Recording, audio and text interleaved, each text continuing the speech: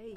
My husband was getting in the way, so we didn't have a good local pub, and what we decided to do is to build our own, like a man cave type thing for his birthday.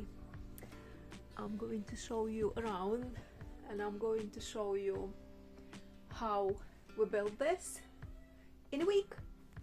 We started with a wooden base. It was just a simple wooden base with a pitched roof, just to get a bit of height and illusion of space, as it is small space. The walls themselves were insulation panels, simply to keep the cost down.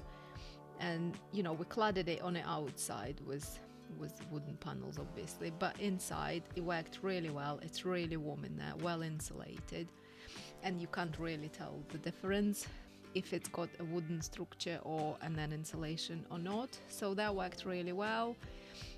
To decorate the insulation boards, I've used the wallpaper, so combination of a brick looking wallpaper, as you can see now, and then a bit of paint and that yellowy orangey wallpaper. The floor in there was a reclaimed gym floor. I wanted to create like a lived-in look to go with the color scheme, have it all like warm tones.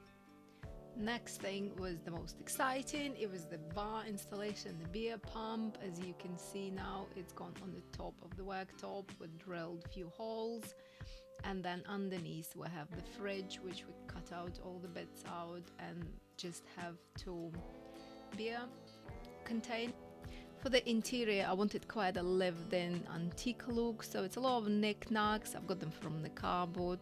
Could do another video if you're interested. So this is how we did it. If you have any questions, or if you want me to make a longer video, say on the pump installation or the knickknacks or something else, please do let me know. Please consider subscribing, and I will see you in the next video. Bye.